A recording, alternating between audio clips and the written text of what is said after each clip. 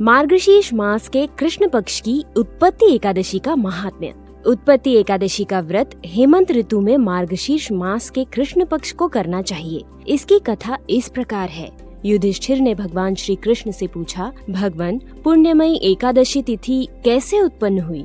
इस संसार में वो क्यों पवित्र मानी गई तथा देवताओं को कैसे प्रिय हुई? श्री भगवान बोले, कुंती नंदन, प्राचीन समय की बात है। सत्ययुग में मुर नामक दानव रहता था। वो बड़ा ही अद्भुत, अत्यंत रौद्र तथा संपूर्ण देवताओं के लिए भयंकर था। उस काल रूपधारी दुरात्मा महासुर ने इंद्र को भी जीत लिया था। संपूर्ण देवता उससे परास्त होकर स्वर्ग से निकाले जा चुके थे और शंकित तथा भयभीत होकर पृथ्वी पर विचरा करते थे।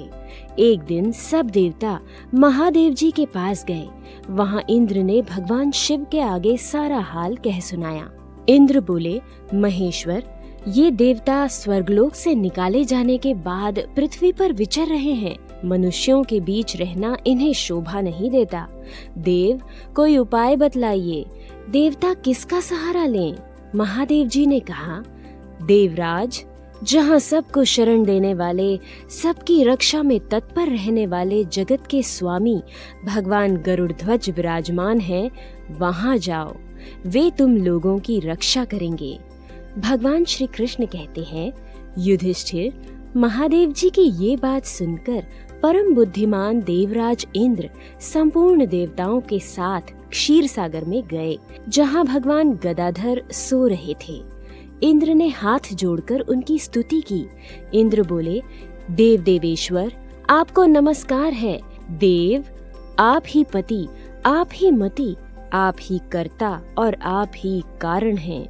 आप ही सब लोगों की माता और आप ही इस जगत के पिता हैं। देवता और दानव दोनों ही आपकी वंदना करते हैं। पुंडरीकाक्ष, आप दैत्यों के शत्रु हैं। मधुसूदन, हम लोगों की रक्षा कीजिए। प्रभो जगन्नाथ, अत्यंत उग्र स्वभाव वाले महाबली मुर नामक दैत्य ने इन संपूर्ण देवताओं को जीतकर स्वर्ग से बाहर निकाल दिया है। भगवान देव देवेश्वर, शरणागत वत्सल, देवता भयभीत होकर आपकी शरण में आए हैं। दानवों का विनाश करने वाले कमल नयन, भक्त वत्सल, देव देवेश्वर, जनार्दन, हमारी रक्षा कीजिए, रक्षा कीजिए। भगवान, शरण में आए हुए देवताओं की सहायता कीजिए। इंद्र की बात सुनकर भगवान विष्णु बोले, देवराज, वो दानव कैसा है? उसका रूप और बल कैसा है तथा उस दुष्ट के रहने का स्थान कहाँ है? इंद्र बोले, देवेश्वर, पूर्व काल में ब्रह्मा जी के वंश में ताल जंघ नामक एक महान असुर उत्पन्न हुआ था, जो अत्यंत भयंकर था। उसका पुत्र मुरदानव के नाम से विख्यात है। वो भी अत्यंत उत्कट, महापराक्रमी और देवताओं के लिए भयंकर है। चंद्रावती नाम से प्रसिद्ध एक नगरी है, उसी में स्थान बनाकर वो निवास करता है। उस दैत्य ने समस्त देवताओं को परास्त करके उन्हें स्वर्गलोक से बाहर कर दिया है। उसने एक दूसरे ही इंद्र को स्वर्ग के सिंहासन पर बैठाया है।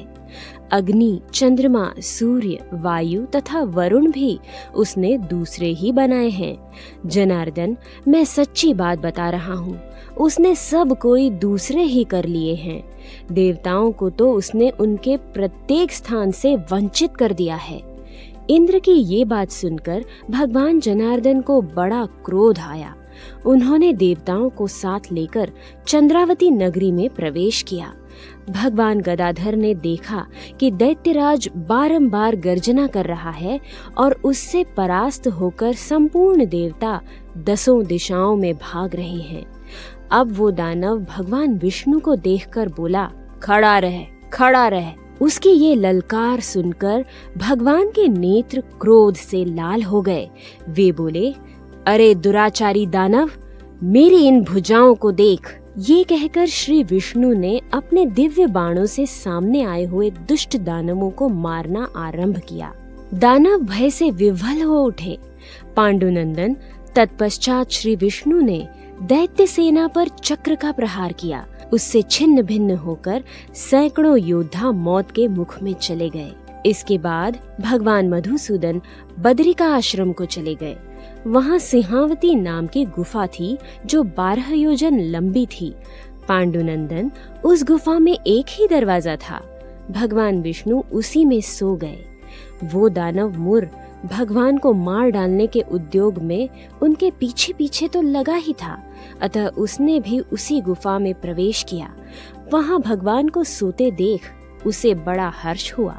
उसने सोचा, ये दानवों को भय देने वाला देवता है, अतः निसंदेह इसे मार डालूंगा। युधिष्ठिर दानव के इस प्रकार विचार करते ही भगवान विष्णु के शरीर से एक कन्या प्रकट हुई, जो बड़ी ही रूपवती, सौभाग्यशालिनी तथा दिव्य अस्त्र शस्त्रों से सुसज्जित थी। वो भगवान के तेज के अंश से उत्पन्न हुई थी। उसका बल और पराक्रम महान था। युधिष्ठिर दानवराज मुर ने उस कन्या को देखा। कन्या ने युद्ध का विचार करके दानव के साथ युद्ध के लिए याचना की। युद्ध छिड़ गया। कन्या सब प्रकार की युद्ध कला में निपुण थी। वो मुर नामक महान असुर उसके हुंकार मात्र से राख का ढेर हो गया। दानव के मारे जाने पर भगवान जाग उठे। उन्होंने दानव को धरती पर इस प्रकार निष्प्राण पड़ा देखकर कन्या से पूछा, मेरा ये शत्रु अत्यंत उग्र और भयंकर था, किसने इसका वध किया है? कन्या बोली, स्वामिन, आपके ही प्रसाद से मैंने इस महादैत्य का वध किया है। श्री भगवान ने कहा, कल्याणी, तुम्हारे इस कर्म से तीनों लोकों के मुनि और देवता आनंदित हुए हैं, अतः तुम्हारे मन में जैसी इच्छा हो उसके अनुसार मुझसे कोई वर मांग लो। देव दुर्लभ होने पर भी वो वर मैं तुम्हें दूंगा, इसमें तनिक भी संदेह नहीं है। वो कन्या साक्षात एकादशी ही थी। उसने कहा, प्रभो, यदि आप प्रसन्न हैं तो मैं आपकी कृपा से सब तीर्थों में प्रधान, समस्त विघ्नों का नाश करने वाली तथा सब प्रकार की सिद्धि देने वाली देवी हूँ। जनार्दन, जो लोग आप में भक्ति रखते हुए मेरे दिन को उपवास करेंगे उन्हें सब प्रकार की सिद्धि प्राप्त हो।